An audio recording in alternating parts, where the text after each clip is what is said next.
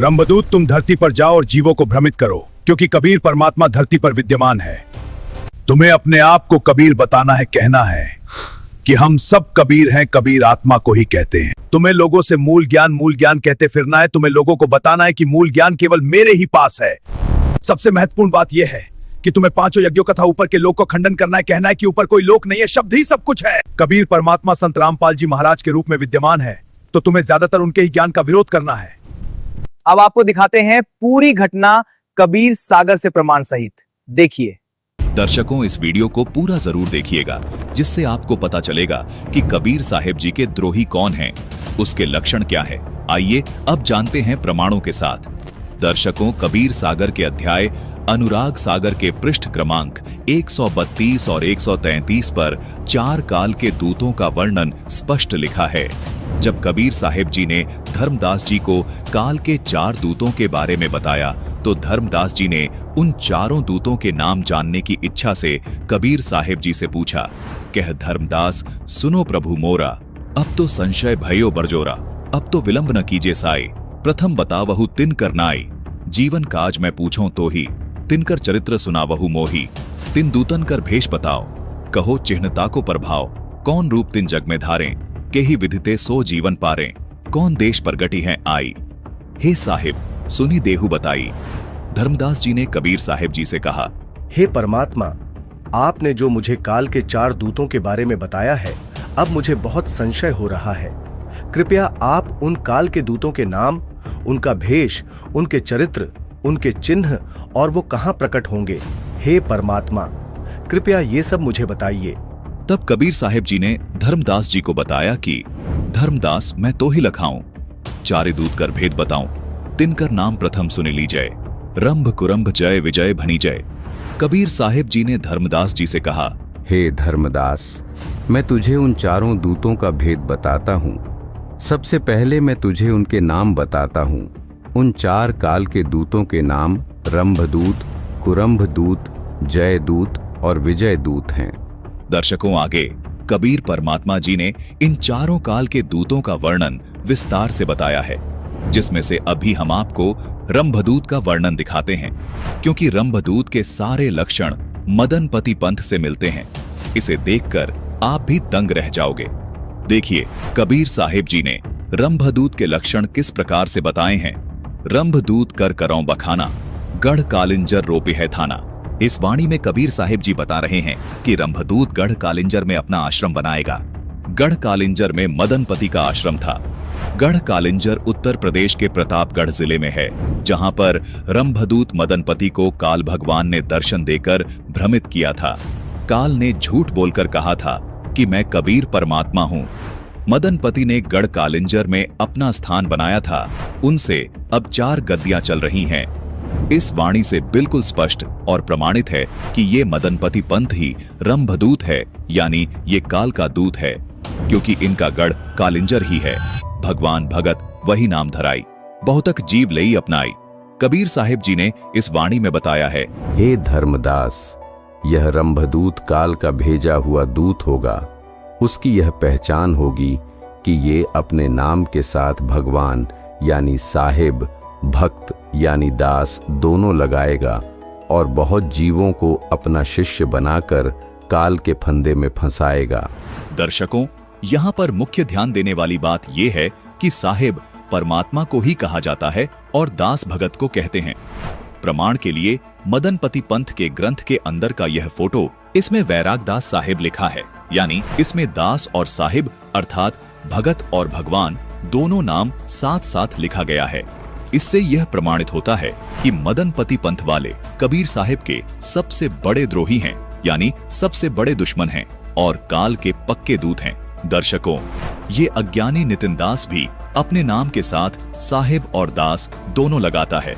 देखिए, इसका प्रमाण स्पष्ट साहिब नितिन दास लिखा हुआ है। इससे सिद्ध होता है ये अज्ञानी मदनपति पंथ काल का दूत हैं और ये अज्ञानी नितिन दास भी काल का पक्का दूत है, जो भोले भाले लोगों को गुमराह कर रहा है और उन्हें मूर्ख बना के अपने जाल में फंसाए हुए है। जो जियरा होय ही अंकुरी, सो बांचा ही यम फंदा तूरी। दर्शकों, इस वाणी में कबीर साहिब जी कह रहे हैं कि जो जीव भक्ति ज्ञान का अधिकारी होगा वह ज्ञानी होगा, वह इसके जाल में नहीं फंसेगा, अर्थात इसके जाल को यानी यम फंदे को तोड़ देगा। कोई मूर्ख ही होगा जो इसके जाल में फंसेगा। रंभ जोरावर यम बड़ द्रोही, तुम ही खंडी अरुखंडी ही मोही। कबीर साहिब जी बता रहे हैं, हे धर्मदास, यह रंभदूत तेरा और मेरा बहुत विरोध करेगा, तुझे अज्ञानी बताएगा तथा मुझे भी आम आदमी जैसा नाशवान ही बताएगा। ये बताएंगे कि कबीर जी भी जन्म मृत्यु में हैं, शब्द से आते हैं और मरकर शब्द में चले जाते हैं, ऐसा झूठ बोलकर विरोध करेगा। ये मेरे पंथ का सबसे बड़ा विरोधी अर्थात दुश्मन होगा। दर्शकों, ये लक्षण मदनपति पंथ पे पूरी तरह से फिट बैठता है। ये मदनपति पंथ वाले और ये अज्ञानी नितिन दास कबीर साहिब जी को सिर्फ एक आत्मा ही मानते हैं, यानी ये कबीर साहिब जी को एक साधारण आदमी और नाशवान मानते हैं, जबकि कबीर साहिब जी पूर्ण ब्रह्म परमात्मा हैं, वो अजर और अमर हैं। सोई गुरु पूरा कहावे, दो अक्षर का भेद बतावे, एक छुड़ावे एक लखावे, तब प्राणी निज घर को जावे। बताओ क्या छुड़वाए रामपाल महाराज? अब किसकी वाणी है? सुन लो, अब किसकी वाणी है? ये हमारे पंथ के पहले गुरु जी की वाणी है। जिस पंथ को मैं चला रहा हूँ ना, हमारे पहले गुरु जी की वाणी। कौन है वो पता है उसका नाम? उसका नाम है मदन साहिब जी, मदन साहिब। वो अपने मुखार की से बोले, ये बोले बाबा। क्या बोले? वो अपने मुखार की से बोले, अपने मुख से बोले, उनके ग्रंथ में दर्ज है, उनके ग्रंथ में दर्ज है। अच्छा ठीक है। वो कह रहे हैं सोई गुरु पूरा कहावे, जो दो अक्षर का भेद बतावे। अब ये दो अक्षर का भेद क्या है ये तुम नहीं जान सकते। बिल्कुल साफ बोले। ये कौन जान सकता है? जिसने ये वाणी बोली है वो जान सकता है। दर्शकों, देखा आपने, इस अज्ञानी ने स्वयं ये स्वीकार किया है कि ये उसी रंभदूत मदनपति के विचारों को आगे बढ़ा रहा है जिसने कबीर साहिब जी के ज्ञान को मानने से इनकार कर दिया था और कबीर साहिब जी से पान परवाना भी नहीं लिया था। दर्शकों, आइए अब आपको एक वीडियो और दिखाते हैं जिसमें ये अज्ञानी कबीर साहिब जी को अपने ही स्तर का एक साधारण प्राणी मानता है और कहता है कि कबीर साहिब जी तो हमारे भाई हैं, पिता नहीं हैं, क्योंकि ये अज्ञानी पिता तो स्वयं की आत्मा को ही मानता है। और वो क्या है? वो आत्मदेव है। कबीर साहब स्वयं आत्मदेव हैं, लेकिन वो हमें समझाने के लिए आते हैं, इसलिए हम उनको एक गद्दी यानी कि एक उच्च अवस्था देने के लिए परम लगा देते हैं आके। वही सत्य कि वो परमात्मा है, वही जो सत्य बोलते हैं, जो वही है कि वो सत्संग है। वो सत्य शब्द भी वही है कि कबीर ही। कबीर साहब ही सत्य शब्द हैं। कबीर साहब जब हम कहते हैं तो वो उच्च अवस्था को बोल रहे हैं, साहब बोल रहे हैं। सतनाम ठीक अवस्था में हम नीचे हैं, जब हम ही उच्च अवस्था में पहुंच जाएंगे तो साहिब हो जाएंगे। कोटि तो ब्रह्मा भय, कोटि भय जगदीश, और साहिब तेरी बंदगी से जीव हो जाए जगदीश। सही है, तुम ही जगदीश हो जाओगे, वो गुण धारण हो जाएगा कबीर साहब का। इतना सा खेल है। क्योंकि यहाँ पर साहिब भेद करने नहीं आया कि तुम छोटे हो मैं बड़ा हूँ। उन्होंने सबको भाई बोला। कहें कबीर सुनो भाई, भाई साधु, तो भाई भाई तो बराबर ही होते हैं। बराबर। सुनो पुत्र नहीं बोला, सुनो भाई बोला है। जिस अवस्था में वो आए हैं वो हमारे भाई हैं। सब। अब पिता क्या है? वो शब्द गुरु पिता है। शब्द गुरु, वो शब्द गुरु पिता है, उसको जानो। दर्शकों,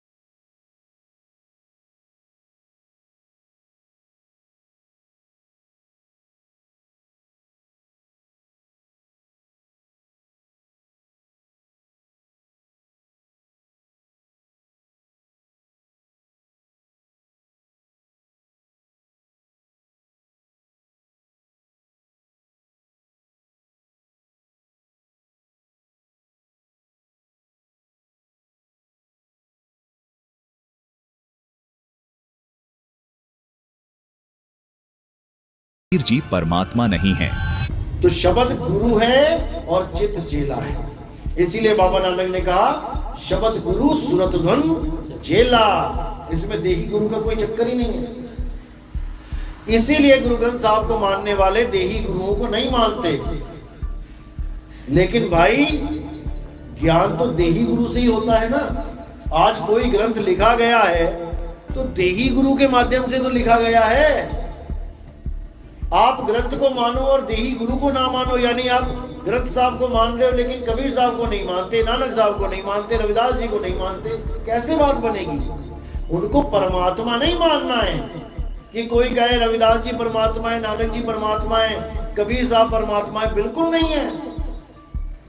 अगर देह रूप में मानोगे बिल्कुल नहीं है, लेकिन उनका रूप शब्द है, उनका असली रूप शब्द है और शब्द ही गुरु है। दर्शकों,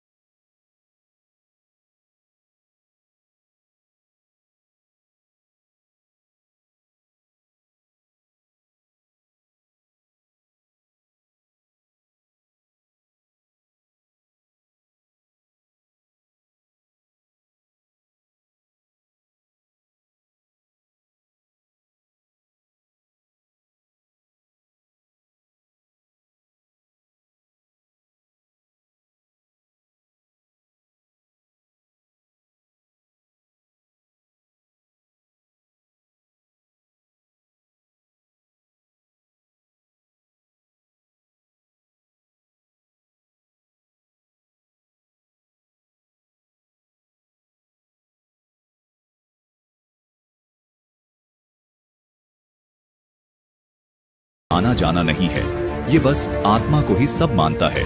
कबीर साहिब जी ने बिल्कुल स्पष्ट कहा है कि वो काल का दूत ऊपर के लोकों का खंडन करेगा। सवा हाथ ऊपर जाना अज्ञान है, सतलोक में जाना अज्ञान है, अलग लोक में जाना अज्ञान है, अनामी लोक में जाना अज्ञान है, किसी भी लोक में जाना अज्ञान है। तो कहाँ जाना है?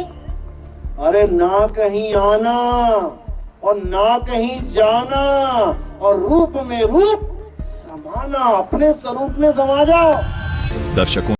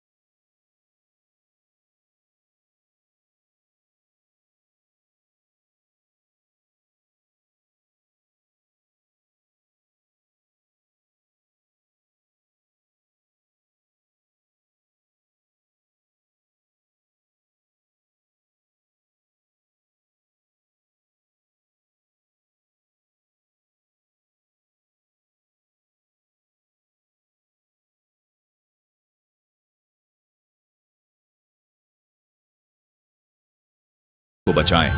आप ही आप कबीर कहाय, 5 तत्व बसी मोहि ठहराई।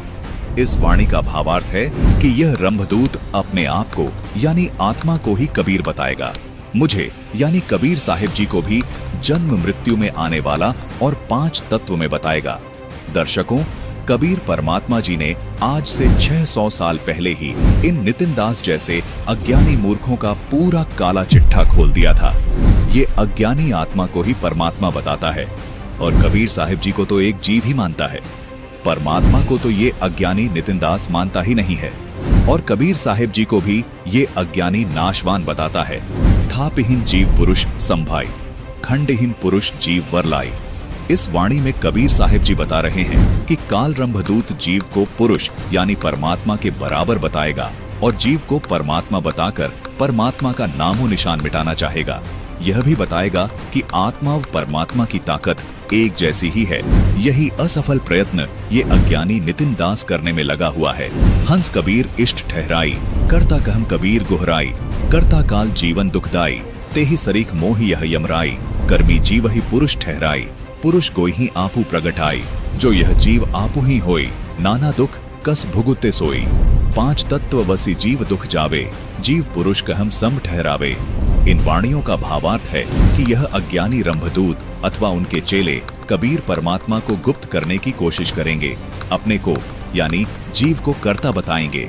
कबीर साहिब जी कहते हैं कि यदि जीव ही कर्ता यानी सृष्टि का रचने वाला भगवान है तो यह जीव नाना प्रकार के दुख 84 लाख योनियों में पड़कर क्यों भोग रहा है और 5 तत्वों के बस में क्यों पड़ा है। अजर अमर पुरुष की काया, कला अनेक रूप नहीं छाया। अस यमदूत खंड देता ही, थापे जीव पुरुष यह आही। इन वाणियों का भावार्थ है कि कबीर साहिब जी कह रहे हैं कि पुरुष यानी परमात्मा का शरीर यानी उसकी काया अजर और अमर है और काल के दूत का शरीर तो नाशवान है। यह जीव को पुरुष बताकर गुमराह कर कर अपने फंदे में फंसाएगा। तिस सागर झाई निज देखी, धोखा गर्दय ने अक्षर लेखी।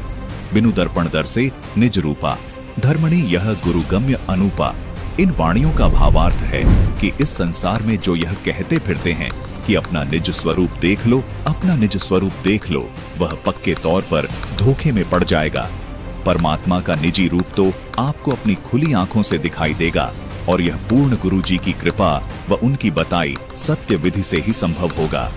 दर्शकों, कबीर सागर की इन वाणियों में कबीर साहिब जी ने बिल्कुल स्पष्ट कर दिया है कि ये मदनपति पंथ काल का पक्का दूत यानी रंभदूत है।